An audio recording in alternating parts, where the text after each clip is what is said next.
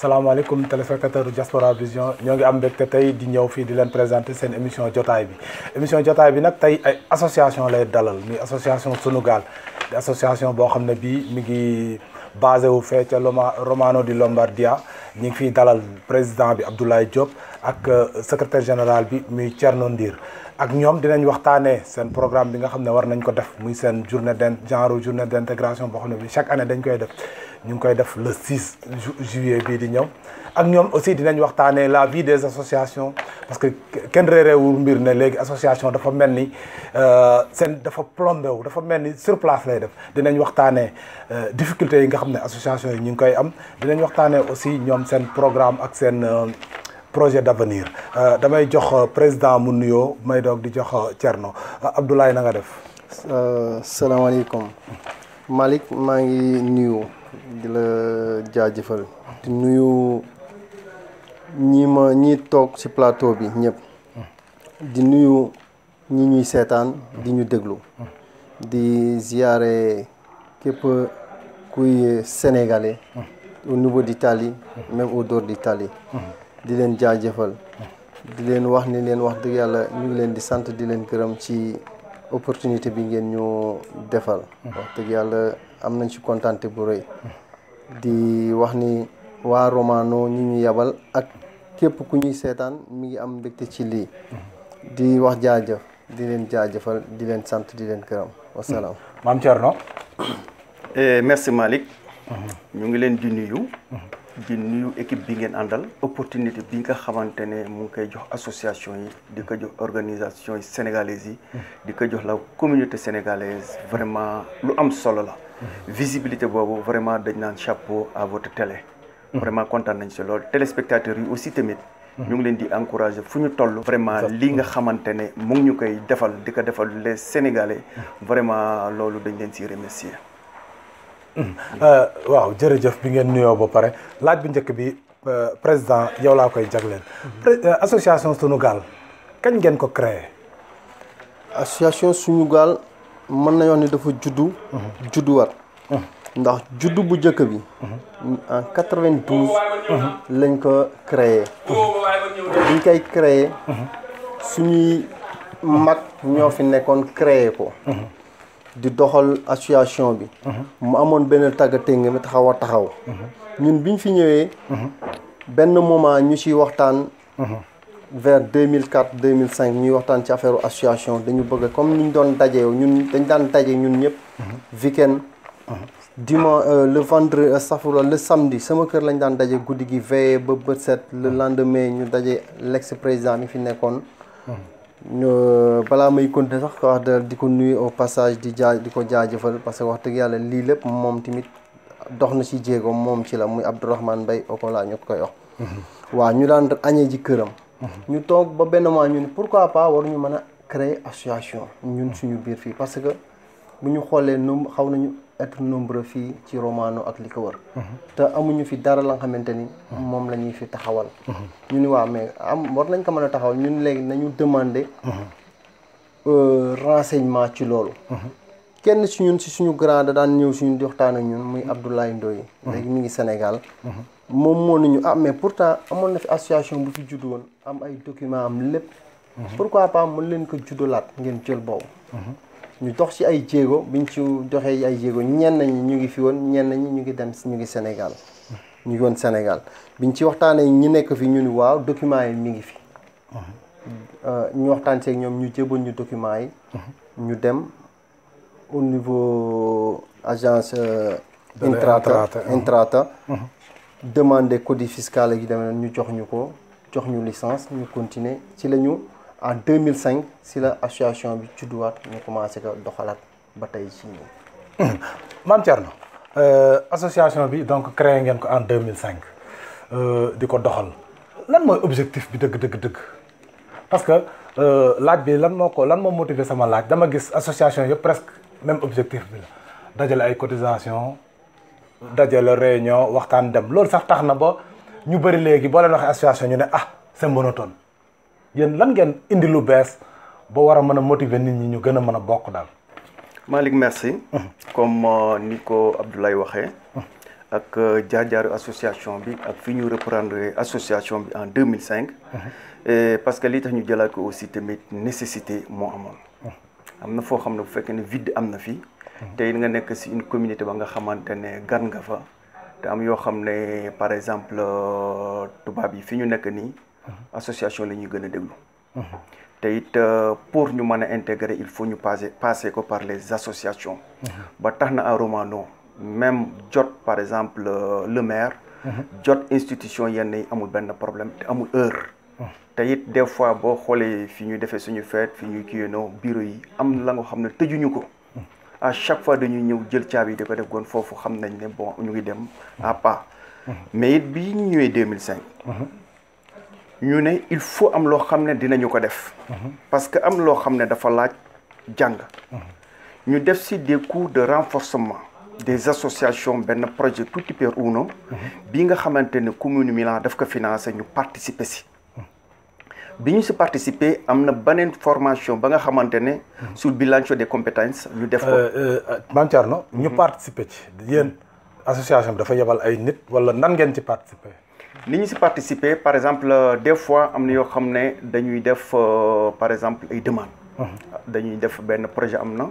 mais toutes les associations des fois da ngay nit kiy dem day envoyer CV am. appel à candidature. oui appel à candidature. ñu xool CV yeeg yooyu yëpp. après c'est la ñu si participer c'est la ñu si sélectionner suñu association. par exemple formation yi ñu si def am na ba nga xam ne sur le bilan des compétences. bilan des compétences dina la mën a permettre boo ñëwee si nit ñi. nga xool nit ñi lan mooy seen compétence nga xam poste yi ngi leen di dénk ndax dinañ ko man wala duñu ko man parce que loolu pour bañ association bi sooxe. si même année boobu. muy projet boobu 2013 bi yooyu yëpp am na yoo xam ne def nañ ko si. muy renforcement institutionnel. yooyu formation yi def nañu ko. te yëpp date yaa ngi fi. def nañ fi aussi formation fundraising. fundraising quoi fundraising date yaa ngi fi. def nañ fi formation informatique. def si formation écriture et gestion de projet. def si formation gestion administrative d'une association. ba léegi ñu ne yan projet la ñu war a def ñu ne actuellement dañuy nekk en collaboration avec des ONG. en collaboration avec des zones LUS. yooyu yëpp ñu nekk ak ñoom. ñu ne dañuy lancer des projets. parce que projet yi ñuy lancer. même bind nañ ko fii yëpp. bi ñu ko lancer agriculture bokk na si. agriculture bokk na si. menuiserie bokk na si. couture bokk na si. mécanique bokk na si. Et par exemple avec soutien matériel au niveau par exemple de l'enseignement au Sénégal parce que problème yenn yi dañu koy am. te bu fekkee ne dañu nar a basé wu si association ñu bind ñu teg si biir rek fi la association war a yem. association warul am yooyu. à chaque fois les statuts. mën nga ko changer parce que dafa am des formes d'association. parce que am na des associations APS association à promotion sociale. façon association yi moo tax bu fekkee ne ñun bi ñu ñëwee. dañu xool statut bi. ñu xool par exemple li nga xamante ne. soxla nañu ko wala li nga xam ne bëgg nañ ko def est-ce que statut bi permettre nañ ko. très important bi ñu xoolee loolu lépp ñu xam ne statut bi permettre nañu ko. ñu ne formation yi war nañ ko mën a def avant ñuy toog. on a fait beaucoup de formations. on a collaboré avec des ONG. ay def par exemple la nga xamante ne si ay projet nga xam ne Union européenne moo ko financé. ak ay pays de par exemple de l'Union européenne. Sénégal kese moo si nekkoon comme partenaire si pays africains yi. foofu yëpp jaar nañ fa. formation yooyu yëpp def nañu ko. ànd nañ ak ñoom. en Italie on a formé 30 catalyseurs.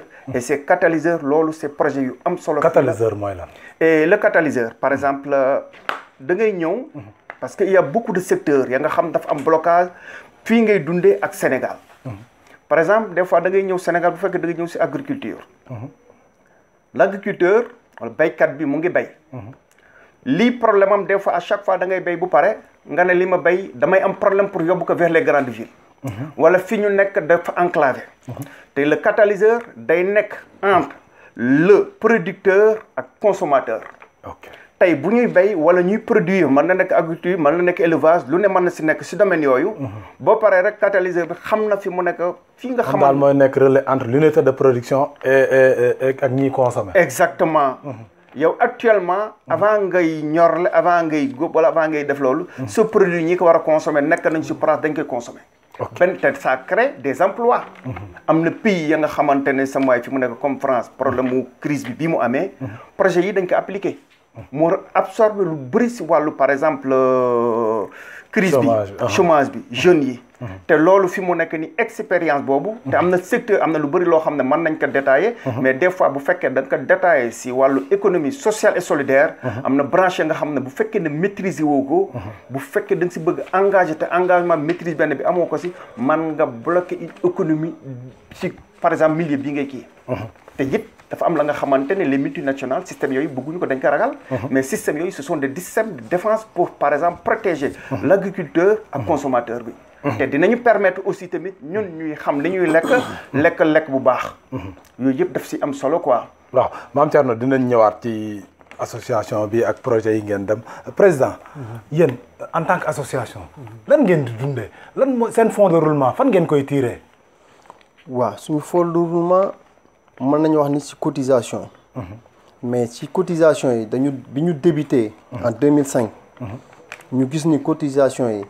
flotte bi am na un petit problème peut-être que ñu war a adhérer 90% peut-être que adhéré guñu ñu ni mais pourquoi pas mënuñu jéem a def beneen système bi mooy lan ñu ni léegi mais est-ce que ñun mënuñu ubbi def benn système de gaz yi mooy lan di jëndi dara di jaaya système de gaz mooy lan gaz bi ñuy taal wala non gaz bi mooy système ci waxin bi mooy di jënd si yenn produits yi. le président gaz. sigle la wala lan la. non sigle la mën nañu wax ni. waaw mooy lan. mooy que ni comme ñun. li nga xamante ni dañ koy jëfandikoo. soxla nañ ko di ko yittewoo muy wàllum ceeb.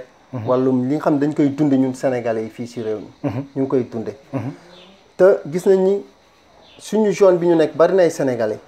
te ku ne boo xëyee di nga dem ci chinois bi wala nga dem ci indien bi. mu am lu mu la jaay. mais pourquoi pas ñun mënuñu def activité boobu.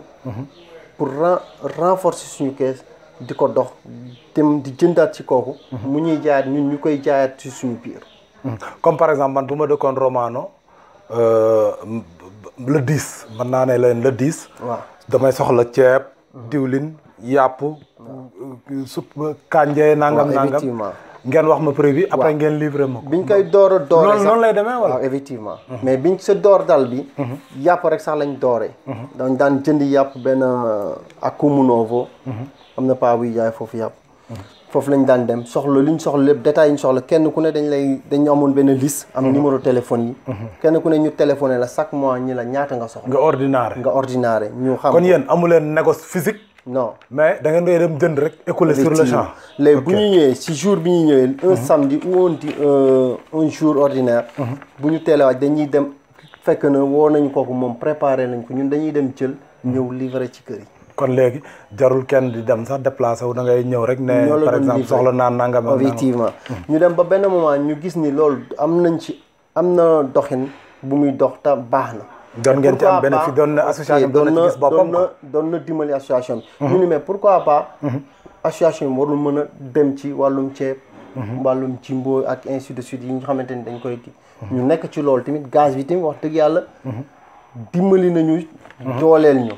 waaw yu bari vraiment gaz bi def na ko si ñun. mais ci loolu la ñuy doxee. ak association bi. cotisation yi. ci loolu rek la am mais amuñu beneen recette ba nga xamante ni day génn fenn. di ñëw ci association bi. président secrétaire général looy gaz bi loo ciy dolli yow. gaz bi merci danaa si dolli du tuuti. parce que boo xoolee gaz yi. ce sont des groupes d'achat solidaire. italien yi gaz kon donc mooy groupe d'achat solidaire italien ne gruppo di acquisto solidale. am na aussi des districts d'achat solidaire. mais groupe d'achat solidaire yooyu. boo ko créé amul benn taxe bu la siy topp. mais bu fekkee da nga ko bëgg insérer. par exemple si secrétaire général dama lay daggaat foofu. donc même pour créer gaz boobu.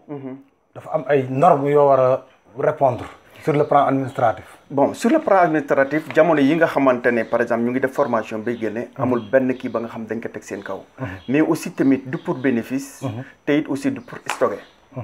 mais gaz yooyu xam nga dëkk bu ne ak appellation am boo xoolee par exemple ñun même bi ñuy def sur l'économie sociale et solidaire pays yi nga xam ne participé woon nañ si muy France muy Chypre muy Grande-Bretagne ak Lituanie ñooñu defandoo nañ formation bi sëy bu nekk ñu day jël si par exemple 30 personnes formé leen bi ñu paree ñun sur le sang ñu créé gaz bi secrétaire général may ma tuuti yow tamit parce que il faut mu dugalaat beneen laaj foofu donc yéen xam-xamu création boobu ci formation bi ngeen ko jëlee parce que c'est important pour nit ñi xam ne association du cotiser rek tasaaroo donc yéen xam-xamu création kii boobu ci formation yi ngeen doon def ci ngeen ko jëlee. waaw parce que aussi tamit am na la nga xamante ne des fois bu fekkee da nga si dugg. ak xaalis bi si génnee. des fois dina nekk problème parce que dafa am ñu par exemple dund problème ba yooyu mu ay tubaab yi ñu ko defalandoor parce que ay xaalis bi ñu si gagné dem na ba ëpp leen doole. ba un commercialiste la ñu jël mu gérer affaire yi. donc foog nga changer format bi quoi. si mais mën nga ko dem fi mu ne amul benn këyit bi ñu la si dam parce que dañ ne groupe de écoute solidaire tey actuellement groupe yooyu. même ki amul doole dañ lay yóbbaale.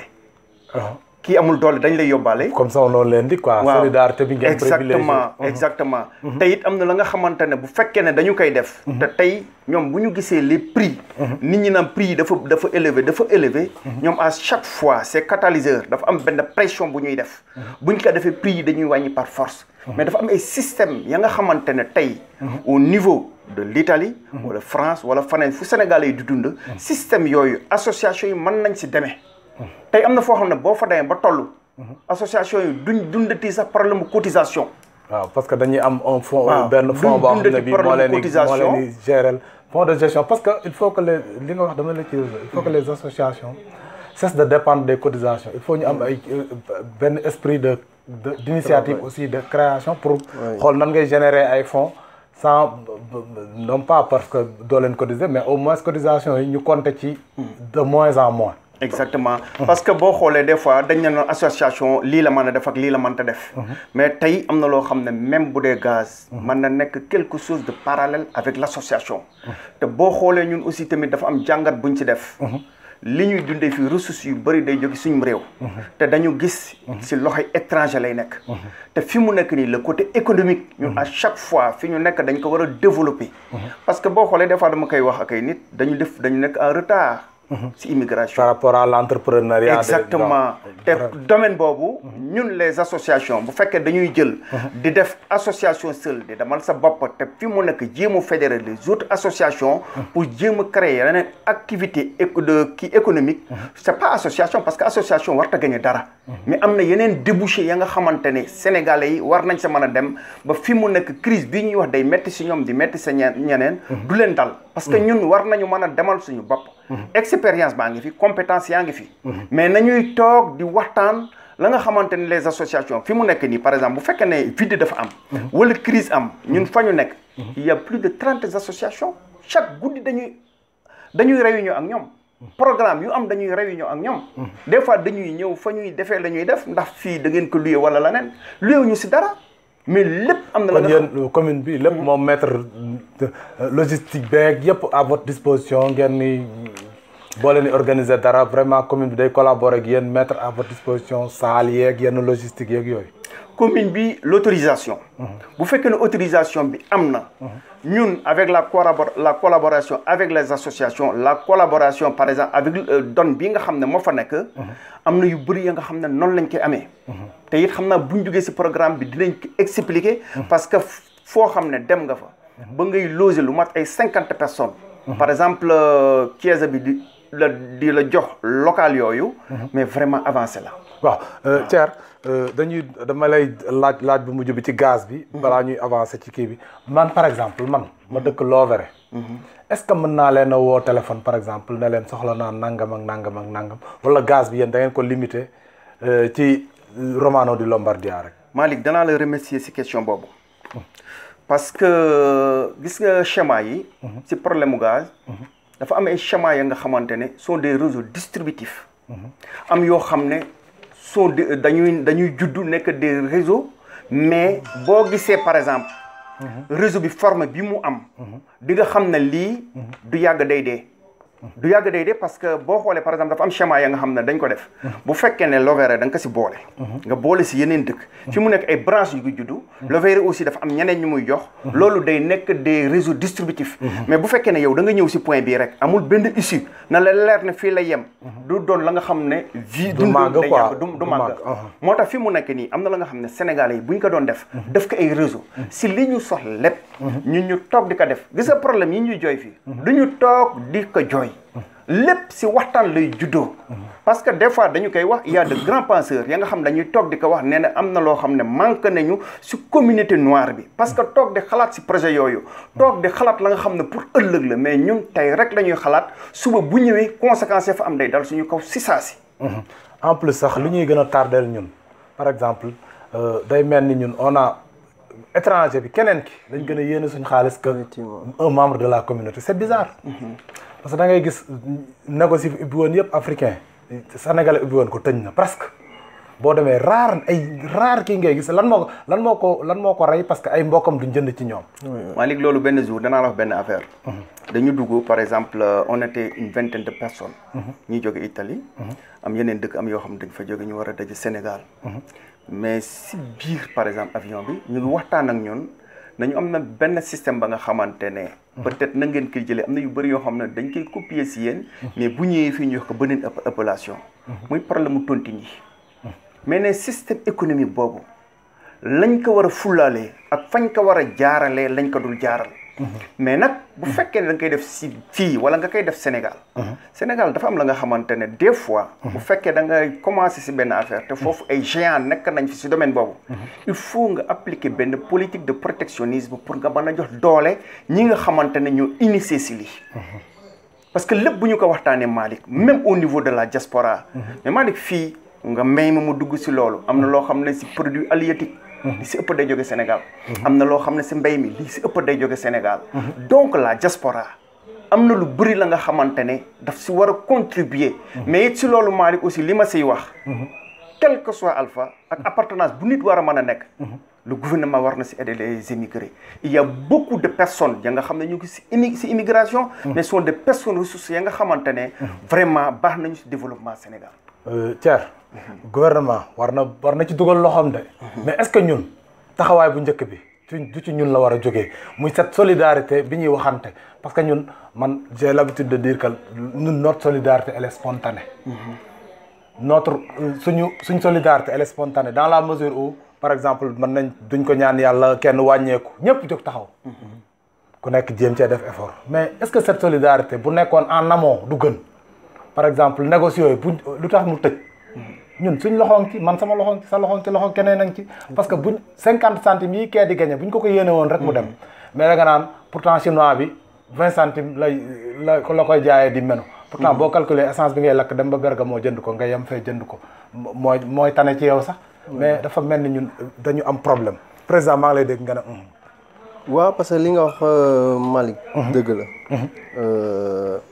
ñun sénégalais ñoo am problème loolu c'est vrai parce que wàllum association bi ñun biñ koy dox rek on avait très des difficultés porte à porte lañ doon def di dugg ci kër génn ci kër dugg ci kër di dugg ci bar benn mais confiance bi peut-être que man naam tamit confiance bi dafa des parce que li sénégalais yi di wax ñu bari dañ naan lay seen bopp lañ fi nekkal kur ndobin rey sa maam kat boo gisee lu ñuul daw parce que ñu bari association yi tamit dañ koy def ascenseur pour atteindre seen objectif loolu peut-être que sax mën nañ si accès à parce que loolu c'est vrai li nga wax man nangul dama la koy nangul parce que man loolu dama koy xeex waaw wax dëgg yàlla mais il faut que tamit ñun tamit ñu am comme benn certain confiance ba xamante ni gëmante quoi parce que man sama bopp man nekk naa nit ko xamante ni peut-être que mën naa wax sax nit ñi dañ naan nekkuma à 100% parce que du muusuma déet muus naa man kàddu lay jàppee nit parce que man sama kàddu bu ma la waxee lii la man pour man loolu la quoi dëgg la keneen ti bu ma waxee loolu rek man loolu laay jàpp quoi ba nag ëllëg may gis leneen ci yow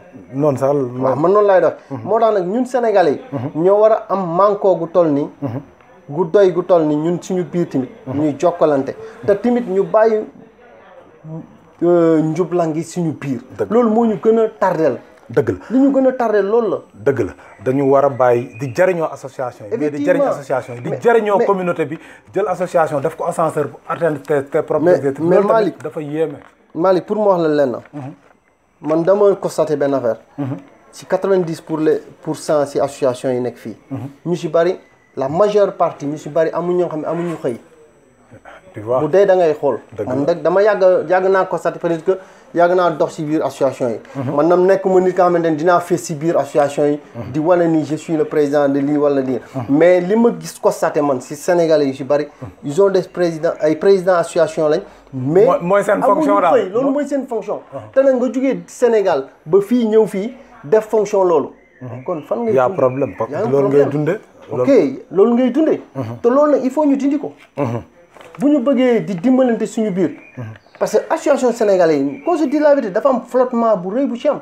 waaw loolu moom il faut je crois que il faut ñun ñëpp ñu toogaat waxtaan changer et puis changer doxalinu association ba ci li ma jàpp man ñu adapté ko et aux nouvelles réalités de l'immigration. parce que gis nga bu musique changé feccin day changé comme ni koy tubaab bi di waxee. mënuñu musique bi mënul changé ñu continuer di ndaw rabin ba léegi. te léegi jamono bi. immigration dafa am beneen visage. donc il faut qu'on adopte les associations à la nouvelle réalité de l'immigration ci man li ma jàpp. waaw foofu Malick danaa fa ñëw tuuti te it da ngeen si wax lu am solo te aussi tamit seen télé bi di si def ay jéego parce que fu ne nit ñi ñu ngi leen fay gis aussi tamit association yi actuellement ñeme nañu di leen rapprocher parce que boo xoolee association yi lu bëri des fois dañ daan toog fa ñu toog na pat mais actuellement yéen rôle bi ngeen def ak li ngeen si joué vraiment aussi tax nañu ñu ñeme tax na aussi du bëri commencé leer parce que bu fekkee ne dañu nekk dans une association wala lépp lu ñu mën a nekk gis nga le travail collégial dafay permettre par exemple ñu mën a àndaare de l'avant te it aussi dinañu permettre par exemple fi mu nekk ni association comme ni ñu wax lu ñu bindoon si jëg feuille yeeg li moo si ne li moo si nekk day changer à chaque fois am na page yu ñuy xotti di dugal page yu bees te actuellement jamono fi mu toll nii bu fekkee ne dañu bëgg par exemple dund 1900 ak 2019 il y a une différence dañu am problème il y a une différence te boo xoolee fi ñu nekk nii actuellement nii changement dina am Malick te commencé na am parce que lii daawul am lii ñuy def nii daawul am lii ñuy def nii wala bu daan am rare lay am te les associations dafa war a nekk des lieux ya nga xamante ne wala des milieux ya nga xamante ne lépp lu ñu fa war a mën a développer si domaine yëpp dina am parce que des fois fi ñuy par exemple surtout Italie fii à chaque fois day tromper ñu bëri parce que yow da ngay foog ne continue wala lii nga xamante ne Italie bu jëkkoon ak Italie bu léegi am na une très grande différence. dëgg la une très grande différence te aussi tamit mu ngi dem te it association yi aussi tamit di ñaax ñi nga xam ne ñu ngi ci association yi vraiment ñuy jéem a collaborer ci zone yi ñu nekk avec association yi nga xam ne nekk nañu foofu. parce que association du cotisation rek. association aussi tamit du événement benn rek am na ya nga xamante ne nit ñi nañuy toog di waxtaan nañuy toog di génn seen xalaat di waxtaan ci ay projet ñun yooyu yëpp bokkoon na suñu kii nii même bëggoon nañu nekk na suñu projet créer benn centre de formation au Sénégal pluridisciplinaire bu ko defee am matériel yu bëri ak dinañ ñëw ci projet yi Mame Thierno ci conclusion bi damay dellu si ci président ñu gis ne le 6 juillet bii di ñëw da ngeen di organiser une fête boo xam ne bii si je ne me trompe yéen a ngi ci 11e édition fan la idée bi jógee ak lan mooy objectif bu fête waaw idée bi fi mu jógee mooy ca tàmbali ga parce que depuis 2005 dañoo am suñuy frères yoo xamante ni dañu nekk France di jóge France di ñëw fii vacances souvent dañ fi ñëw def fi benn semaine ou bien benn 3 jours ñoom football moo leen intéressé mais dañuy bëgg football mooy waa Lyon ñoom dañu ñëwoon ñun dañuy ñëw fii biñ ñu ko waxee mooy comme ñun liñ daan dajee nii ñun amuñu équipe ñu ni mais pourquoi pas duñ leen bàyyi ñu ñëw ñu wutal leen équipe fii ñu wutal leen équipe première édition bi ñu def Brescia bi lañ ko defee dañ leen wutal fii équipe ñu football fi bi ñu demee on a l'idée ñu ni wax mais ñun mënuñu créer association di créer événement comme ñii di leen invité ñuy ñëw ñuy def événement si la événement bi tàmbalee ñoom ñuy ñëw chaque année bu ñu ñëwee ñun ñu def événement couvrir ko def football def musique ou suñu jigéen yi bu ñu bëggee sabar ñu defal leen sabar ainsi de suite invité suñu mbokk tubaab yi surtout nag tubaab yi vraiment suñu mbokk italiens yi association romanese yi vraiment jàpp nañ ci bu baax parce que ñun ak ñoom dañuy travailler ba semaine bi passée rek on est ensemble ay vers 21h ba 23h ñoo nekk ci guddi gi. di travailler ak ñoom di liggéey. man ngeen di collaborer ci journée bi quoi pour événement bi. waaw ñooñu jàppale ba vraiment tey jii tamit. ñu agsi fii quoi. waaw loolu daal moo ñu gën a kii te idée bi tamit vraiment c'est pas mal. parce que gis nañ ni vraiment am nañu avancement ba xamante ni wax dëgg yàlla. chaque année ngeen gis ay yokkute chaque année dañuy gis avancement ba xamante ni vraiment dañuy dem ba affaire dañuy ëpp doole quoi wax dëgg yàlla. secrétaire général en parcourant le programme man benn point moo ma ci colpiré moo ma ci frappé mooy débat bi yéen li ngeen thème bi ngeen développé mooy vicini di casa distanti in testa lan ngeen jublu ci loolu parce que loolu oustaz du ma bàyyi sax ma wax lu dul dëgg vicini di casa même diine sax ñun ku nekk diine bi nga gëm am na lu mu ci wax lan ngeen jublu ci thème boobu ban message ngeen bëgg a jàllale à travers ce thème. parce que message bi ñu bëgg a jàllale. dafa am ya nga xamante ne à chaque fois da ngay commencer ci base bi. vicini casa distant in testa bon voisinage mu ngi foofu. mooy dëkkandoo. te it des fois dañuy xool. ne dañ naan dëkkandoo mais da ngay dëkk ak sa nit. boo ubbee buntam mu ubbi buntam. ngeen daje doo leen nuyonte. muy am ci par exemple sénégalais am ci yeneen xeet yi. te it boo xoolee comme li nga wax léegi wax ci oustaz li demee noonu ñun en tant que musulman. même bu dul musulman am na la nga xamante ne en tant que être humain warta mën a nekk. ñun ñu xool ne loolu lan mooy cause yi. ak lan moo war a nekk solution yi. ñu xool ne par exemple am na benn année dem nañu ba fi mu nekk nii centre culturel demoon nañ ba nekk ci projet yoo xam dañ ko woon def commune ba foo ñu nekk. ñu participer ci waxtaan yooyu. ñu ne am la nga xam ne boo demee ba ki nga dëkkandoo yow yaay gan moom da nga ko fekk nga dëkkandoog moom. bu demee ba wóolu laa jox doomam cela veut dire am na barrage bu dañ.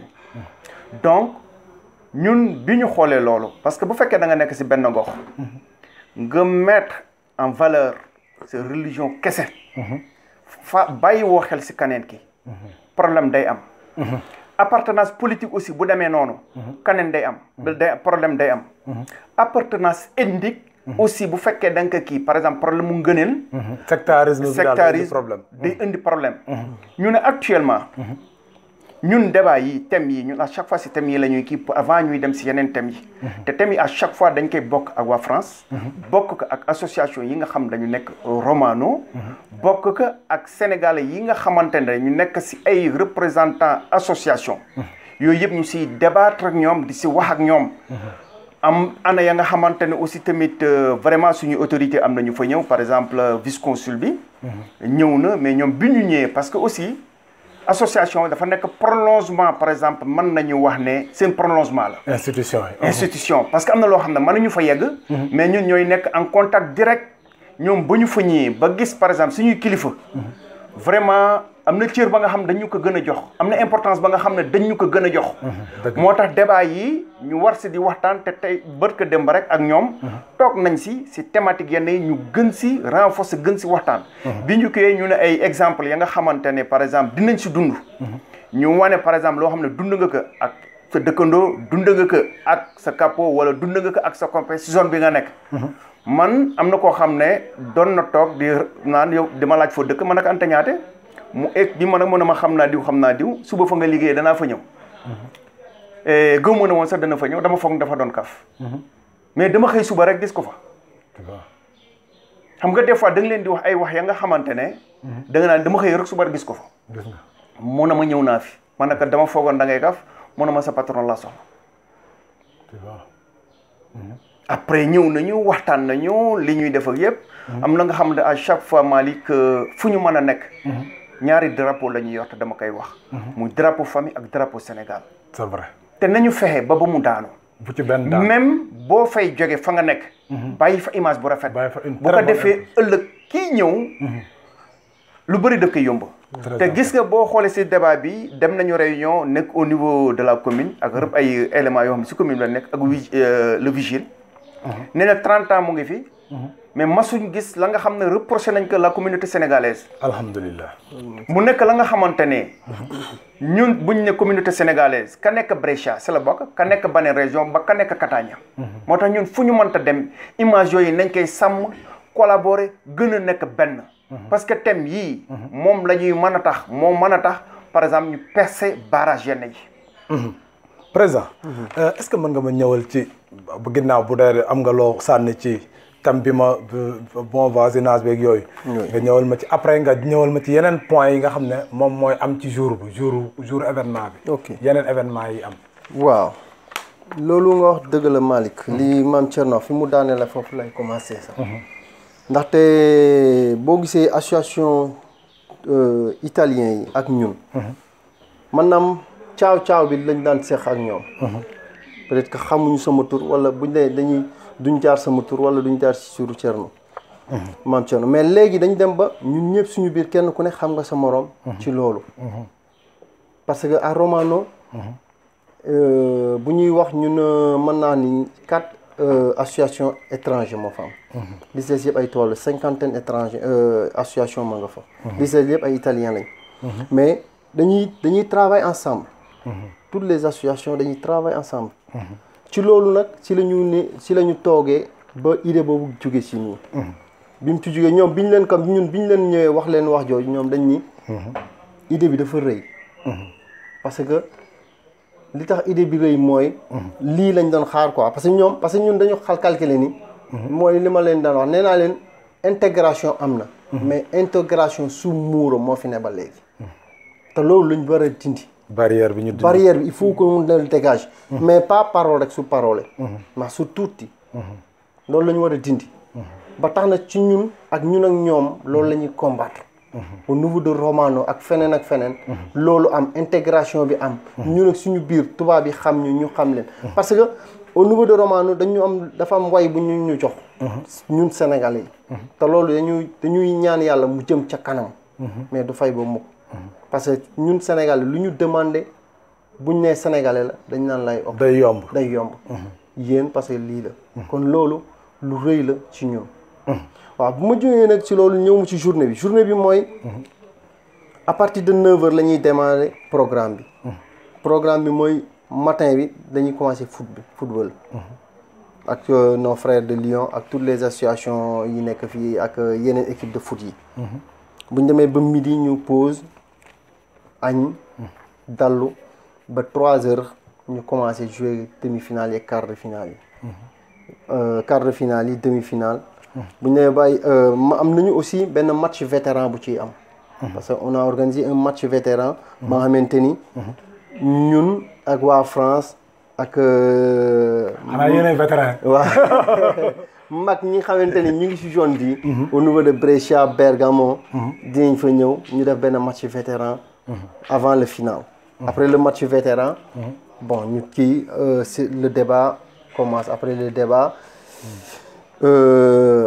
ñu def reer yi bu ñu reeree ba pare comme suñu wàllu jigéen ñi tamit dañ ci am cër suñu jigéen ñi wax dëgg yàlla macha allah ñoom tamit dama leen di jaajëfal ndaxte ñoom ñooy lépp quoi bu loolu ñoom mën naa wax ni lii tey jii du am.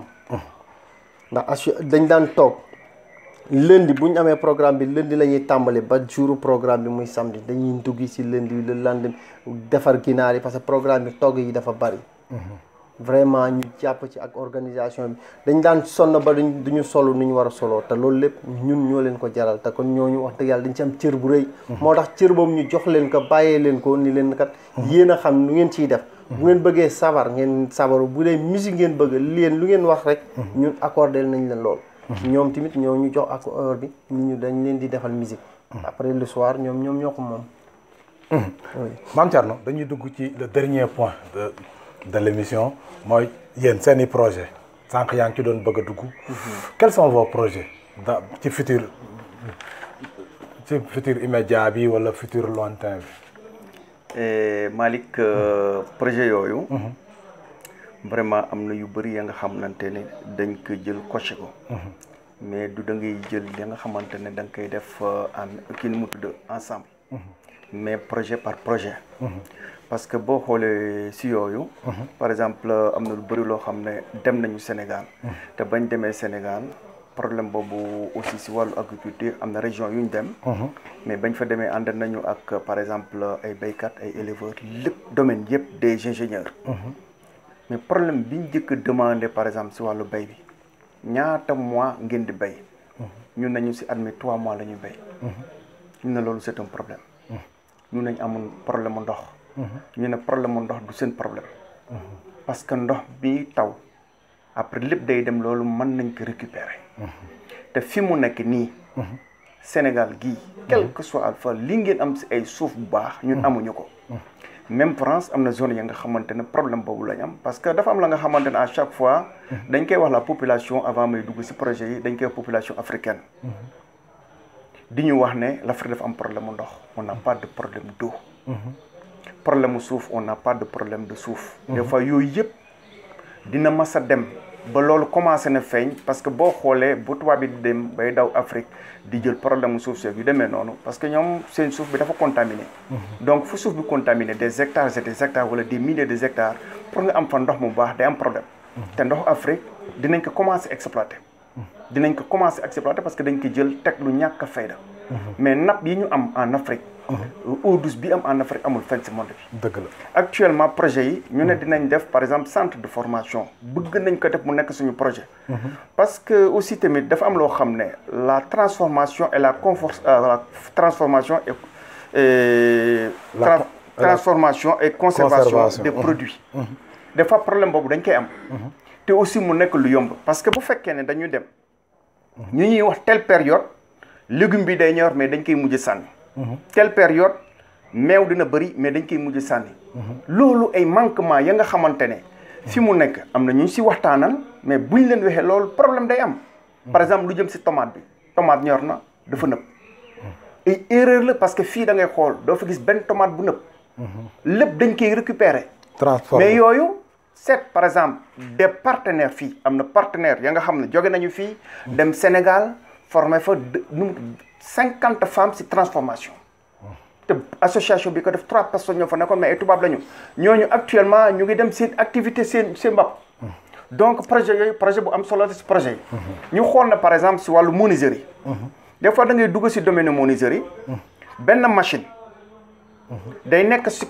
benn koñ il faut nga jóge par exemple benn zone A pour zone B pour ñu mën la defal travail bi nga bëgg si kii boobu am na benn année dafa am benn loi ba nga xamante ne dafa amoon fii Europe te loi yooyu bu amee Union européenne gi yëpp ñoo koy appliqué machine yi dafa am nu muy composé wala nu muy demee wala par exemple marque machine bi dootul daw si Europe bi mais am na yeneen pays africains dañ si bénéficié wu machine yu bëri yóbbu ko ñun Sénégalais yi dañu nelaw si côté boobu ñun même dem nañu toog ak ay maire fii biñ leen ko waxee ñu ne loolu c'est vrai am na machine yu bëri ñu ngi ko tëj si kapadone yi te loolu aussi lan lay créer si emploi day jeunes yi loolu par collaboration moo ko man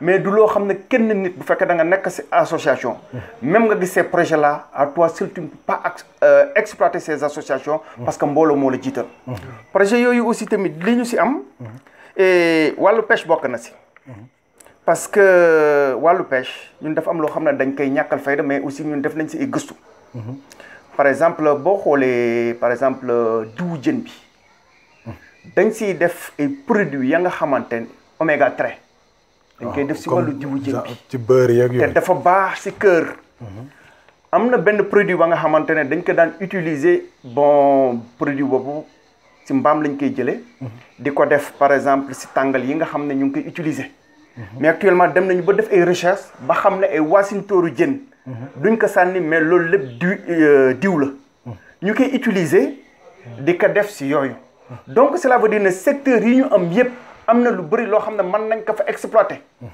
tey fi mu nekk aussi tamit si agriculture bi bu ñu fa ñëwaatee ñu xool ne mango boo demee boo ko naanee Sénégal jus bi li si ëpp naari ñoo la koy joxaat te seen dëkk mango saxu fa donc am na vide ba nga xam ne ñun war nañ ko mën a compléter tey boo xoolee aussi tamit si wàllu jàng gis nga Malick jàng ak langue boo ko jàng am na solo trop parce que am na association ONG yoo xam dañ nekk fii am na yeneen pays Afrique yu ñu demee buñ demee si pays Afrique yooyu ñu financé leen mais bi ñu leen financé ñoom dañuy xool ne xaalis bi dañu koy jël par exemple di ko def si pot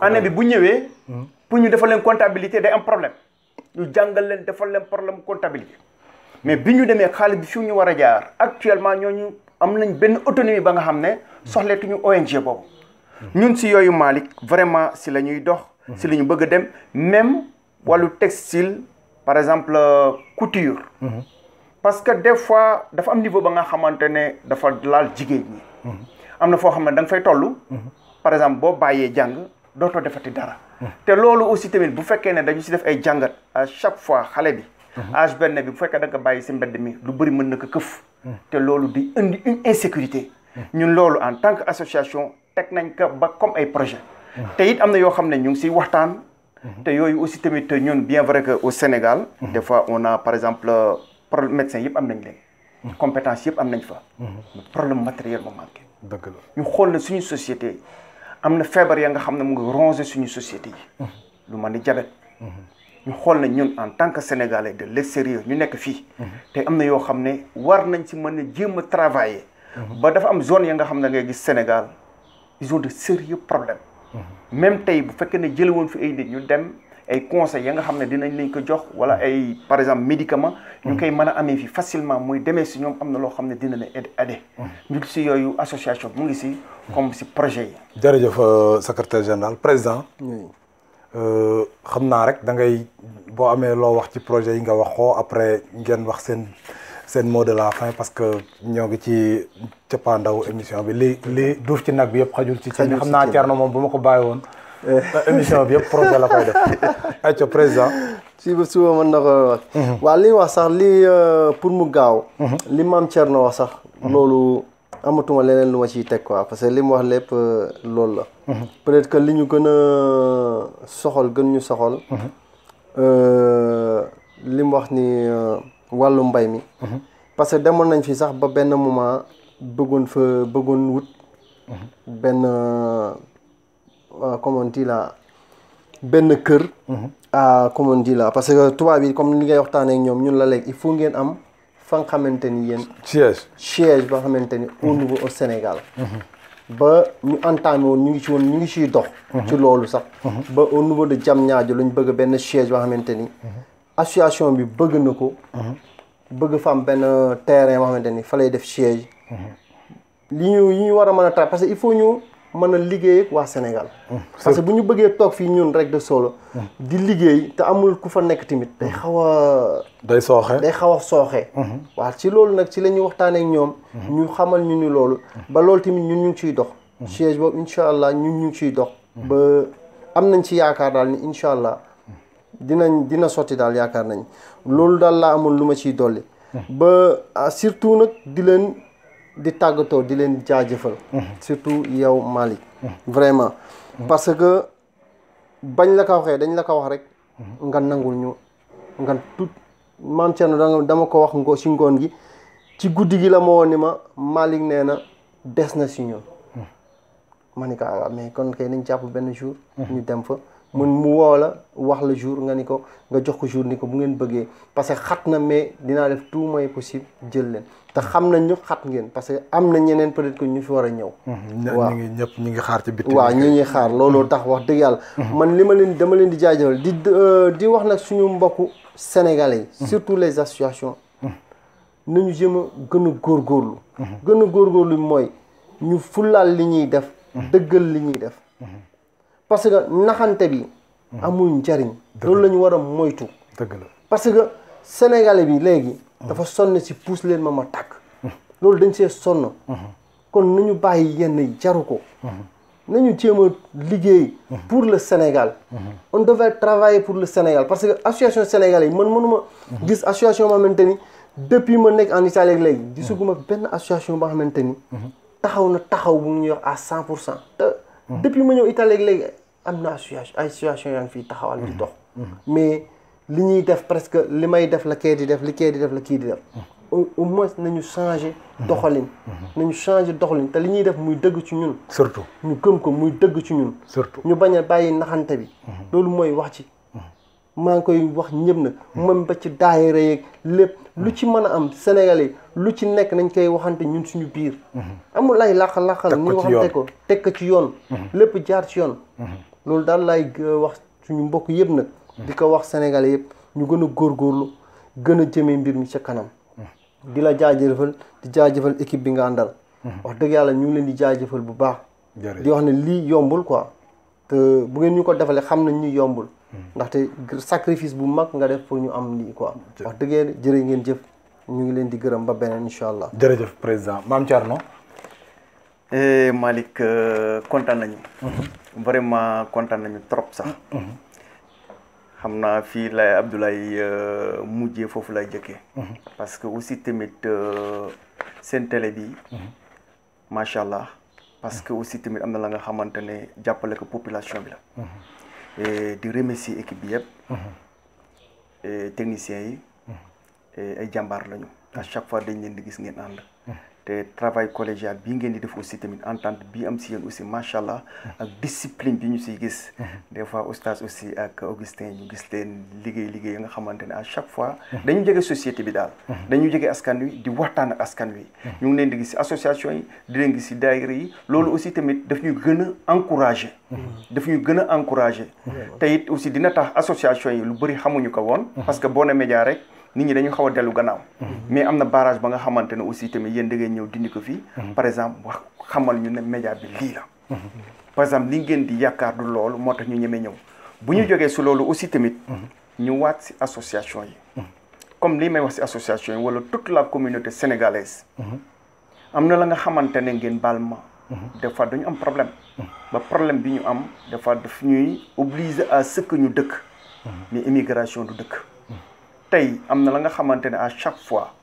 la diaspora sénégalaise même booy commencé ñun fi ñu nekk la ñuy commencé Italie tey boo xoolee en Italie am na la nga xamante ne wala pays yeneen yi des coopératives ñoo ko moom taxawal ko muy si wàllu économique si lu bëri loolu fi mu nekk nii muy fi ñuy dundee nii ak Sénégal fa ñu jógee coopérative yooyu war nañ taxaw gis nga association yi nañu boole mais bu ñu booloo aussi tamit comme ni que président waxee à chaque fois problème positionnement maa jiitu wala maa nekk fii du ñu dem fenn nañu booloo développer lii nga xam ne war nañ ko développer suñu askan wi aussi la génération bii nga xam ne ñooy ñëw ëllëg ñu mën a am lu ñu jël man si dem parce que dafa am la nga xamante ne barrage yi boo ko dindiwul ñii ñëw dinañ am problème moo tax ñun fa ñu nekk actuellement du fête bii rek lañ fay def am na la fête des Popoli association yëpp ñoo fay nekk débat bu ne tey da ngay toog ak tubaab yéen bokk ay yéen bokk lépp